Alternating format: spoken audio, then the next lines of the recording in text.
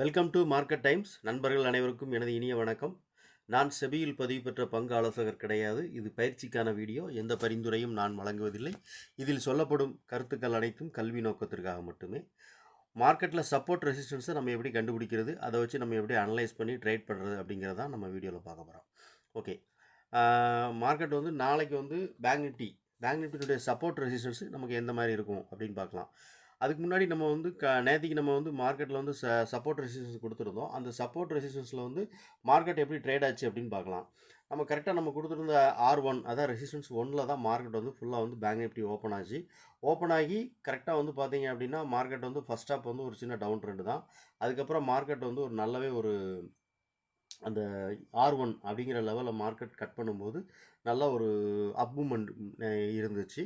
So இதுதான் வந்து நம்ம வந்து என்ன ரீசன் அப்படின்னு நம்ம வந்து அடிக்கடி ஒரு டெய்லி சொல்கிறது தான். அதாவது என்னென்னா, செல்லர்ஸுடைய பாயிண்ட் ஆஃப் வியூவில் இருந்தால் மார்க்கெட்டை வந்து நம்ம பார்க்குறோம். நம்ம வந்து ஆப்ஷனில் பை பண்ணாலும் செல்லர்ஸ் வந்து நம்ம வந்து என்ன செய்கிறாங்க, எந்த இடத்துல அவங்களுடைய லாஸை புக் பண்ணுவாங்க, எந்த இடத்துல அவங்க ப்ராஃபிட் புக் பண்ணுவாங்களோ அந்த இடத்துல தான் நம்ம வந்து ட்ரேட் பண்ணணும். அப்போ தான் வந்து நம்மளால் வந்து ப்ராஃபிட் பண்ண முடியும்.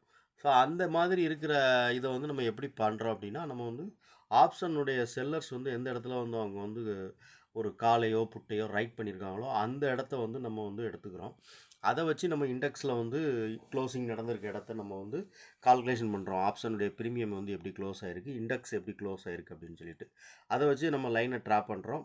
அப்போ லைன் ட்ராப் பண்ணும்போது நமக்கு வந்து ப்ரீவியஸாக மார்க்கெட் ப்ரொஃபைல் படி அந்த இடத்துல எப்படி நம்ம அந்த லைனில் வந்து ட்ரேட் நடந்திருக்கு அப்படிங்கிறதையும் நம்ம பார்த்துட்டு தான் அந்த இடம் நம்ம சப்போர்ட்டாக ரெசிஸ்டன்ஸாக நம்ம எடுத்துக்கிறோம். ஓகே, இப்போ நாளைக்கு வந்து மார்க்கெட் வந்து பேங்க் நிஃப்டியுடைய சப்போர்ட் ரெசிஸ்டன்ஸ் எந்த மாதிரி இருக்கும் அப்படின்னு சொல்லி பார்க்கலாம்.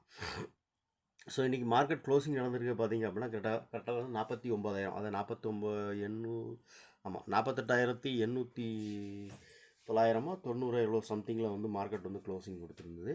ஓகே, நம்ம இன்னைக்கு கரெக்டாக வந்து பார்த்தீங்க அப்படின்னா நம்ம 49,000 அப்படிங்கிறத நம்ம எடுத்துருக்குறோம். ஓகே, 49,000 அப்படிங்கிற லெவலில் உள்ள கால் ப்ரீமியம், 2 கால் ப்ரீமியம், புட் ப்ரீமியம் ரெண்டுத்தையும் நம்ம எடுத்துருக்கிறோம். காலுடைய க்ளோசிங் ப்ரைஸ் வந்து $282, புட் ஆப்ஷனுடைய க்ளோசிங் ப்ரைஸ் வந்து $327 இருக்குது. அப்போ 49,000 இருந்து ஒரு $287 நம்ம ப்ளஸ் பண்ணும்போது நமக்கு கிடைக்கிற வேல்யூ வந்து $49,282. ஓகே, இதுதான் நம்ம வந்து மேலே போனால் மார்க்கெட்டுடைய R1. அப்போ 2 ப்ரீமியமும் நம்ம ப்ளஸ் பண்ணி அதை வந்து நம்ம வந்து ஒரு R2வாக நம்ம பார்க்குறோம். R2 அப்படின்னு பார்க்கும்போது நமக்கு வந்து 49,600 அப்படிங்கிறதுல நமக்கு ஆக்ட் ஆகும். ஓகே, மார்க்கெட் டவுன் ட்ரெண்ட், அதாவது கீழே வந்துச்சு, இந்த க்ளோசிங் ப்ரைஸ்லேருந்து மார்க்கெட் கீழே வந்துச்சு அப்படின்னா எப்போவுமே நம்ம சொல்கிறது தான் ஃபஸ்ட்டு வந்து நமக்கு வந்து இந்த பாயிண்ட் ஆஃப் கண்ட்ரோல். ஏன்னா பாயிண்ட் ஆஃப் கண்ட்ரோலுக்கு மேலே தான் மார்க்கெட் க்ளோசிங் நடந்திருக்கு. அதனால் பாயிண்ட் ஆஃப் கண்ட்ரோல் வந்து நமக்கு வந்து ஒரு சப்போர்ட்டாக இருக்கும். ஸோ பாயிண்ட் ஆஃப் கண்ட்ரோலில் மார்க்கெட் தாண்டி கீழே வந்துச்சு அப்படின்னா நமக்கு வந்து நம்ம கொடுத்துருக்கிற சப்போர்ட் 1, அதாவது வந்து ரெசிஸ்டன்ஸ் சப்போர்ட் 1 S1 அப்படிங்கிறது வந்து 48,673 ஆக்ட் ஆகும். ஓகே, S2 அப்படிங்கும்போது நமக்கு வந்து என்ன அப்படின்னா 48,400 அப்படிங்கிறது S2வாக இருக்கும். ஓகே, இப்போ மேலே இருக்கிற R1, R2 அப்படிங்கிறதெல்லாம் மார்க்கெட் வந்து இது வரைக்கும் போகலை. ஸோ அதனால் வந்து அங்கே வந்து இதுக்கு முன்னாடி ட்ரேட் நடக்கலை. அதனால் நம்ம அங்கே அதை வந்து செக் பண்ண வேண்டாம். கீழே இருக்கிற S1, S2 அப்படிங்கிற இடத்துலலாம் மார்க்கெட் ப்ரீவியஸாக ட்ரேட் ஆகிருக்குது. ஸோ அதிலலாம் வந்து எந்த மாதிரி ட்ரேட் ஆகிருக்கு அப்படின்னு சொல்லி இப்போ நம்ம பார்க்கலாம். இப்போ நமக்கு வந்து S1 அப்படின்னு சொல்லி பார்க்குறோம். S1ல் வந்து நமக்கு வந்து நேற்றுக்கு மார்க்கெட் க்ளோசிங் முடிஞ்சது வந்து ஒரு சிங்கிள் பிரிண்டோட இந்த இடத்துல இருந்தால் மார்க்கெட் வந்து ரெக்கவர் ஆகிருக்கு. ஸோ அதுதான் வந்து நமக்கு வந்து S1ஆக நமக்கு வந்து இந்த இடத்துல மார்க்கெட் தெரியுது. ஓகே, மார்க்கெட் கீழே வந்துச்சுன்னா அப்போ இந்த இடம் வந்து ஒரு சப்போர்ட்டாக இருக்கும்.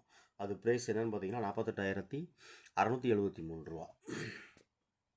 ஓகே, அடுத்து நமக்கு வந்து அந்த லைனில் வேறு என்னெல்லாம் வந்து ட்ரேட் நடந்திருக்கு அப்படின்னு பார்த்தீங்க அப்படின்னா அதுக்கு முந்தின நாத்தினுடைய ஏப்ரல் 9 இப்போ வேல்யூ ஏரியாவினுடைய லோ இருக்குது.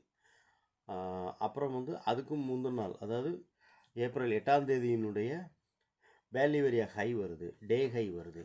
ஸோ இதெல்லாம் வந்து மார்க்கெட்டில் வந்து அந்த லைனில் வந்து டச்சஸ் நடந்திருக்கு. 2-3 நாள் ஒரு 2 ஹை இருக்குது, ஒரு லோ இருக்குது. இந்த மாதிரி நிறைய டச்சஸ் வந்து இந்த லைனில் இருக்குது. அப்போ மார்க்கெட் அந்த இடம் வந்து ஒரு சப்போர்ட், அதாவது மார்க்கெட் கீழே வந்துன்னா அந்த இடம் ஒரு சப்போர்ட்டாகவே இருக்கும். சரி, ஓகே, சப்போர்ட் 2 அப்படின்னு சொல்லி நம்ம கொடுத்துருக்குற அந்த 48,400 அப்படிங்கிற ப்ரைஸ் வந்து என்ன மாதிரி இருக்குது அப்படின்னு பார்த்தீங்கன்னா அதுவும் வந்து ப்ரீவியஸாக மார்க்கெட் வந்து இந்த இடத்துல இருந்து ஒரு வாலட்டைலாக வந்து மார்க்கெட் மூவ் ஆன இடம். ஸோ அந்த இடம் எப்போவுமே நம்ம சொல்கிறது தான், ஒரு ஒரு லைன் இருக்குது, ஒரு சப்போர்ட் இருக்குது, இல்லை ஒரு ரெசிஸ்டன்ஸ் இருக்குது அப்படின்னா, அப்போ இந்த இடம் ரெசிஸ்டன்ஸாக இருக்குது அப்படின்னா, இந்த இடத்த மார்க்கெட் மேலே போயிடுச்சுன்னா இது சப்போர்ட் ஆக்ட் ஆகும். ஓகேவா? இது கீழே இருக்கிற வரைக்கும் நமக்கு வந்து ரெசிஸ்டன்ஸாக இருக்கணும். இந்த லைனுக்கு மேலே போயிட்டுனா இது வந்து சப்போர்ட் ஆக்ட் ஆகும். ஸோ அப்போ மார்க்கெட் வந்து இன்றைக்கி பார்த்தீங்க அப்படின்னா இந்த இடத்துல வந்து நல்ல ஒரு டச்சஸ் இருக்குது. மார்க்கெட் இதில் ஒரு சிங்கிள் பிரிண்டில் வந்திருக்கு. ஸோ இந்த இடத்துலேருந்து மார்க்கெட் வந்து மேலே போனதுனால அப்போ இந்த இடம் வந்து நமக்கு வந்து ஒரு இந்த லைன் வந்து நமக்கு சப்போர்ட் 48,400. நம்ம ஆப்ஷன் ப்ரீமியம் கால்குலேஷன் பண்ணும்போது அப்படி தான் நமக்கு வந்து அந்த இடம் வந்து நமக்கு கிடச்சிருக்கு. அதுக்கு முன்னாடி ப்ரீவியஸாக அந்த லைனில் என்ன மாதிரி ட்ரேட் நடந்திருக்கு அப்படின்னு சொல்லி செக் பண்ணிக்கலாம் ஒரு நிமிஷம்.